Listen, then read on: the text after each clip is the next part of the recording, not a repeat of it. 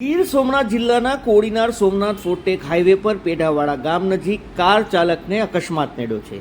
ગઈકાલ સવારના વહેલી સવારે આ કાર છે જે ઓરા નવી નક્કોર કાર લઈને કોડીનારનું ફેમિલી છે જે વેરાવળ તરફ જઈ રહ્યું હતું। આ સમયે પેઢાવાડા ગામ નજીકમાં અચાનક જ રોજ છે मतलब કે નીલગાય છે જે રોડ ઉપર આવી ચડી હતી અને સીધી જ કાર સાથે તેની ટક્કર થઈ હતી। આ ટક્કરની અંદર કારનો આગળનો હિસ્સો ભાંગીને ભૂકો થયો છે।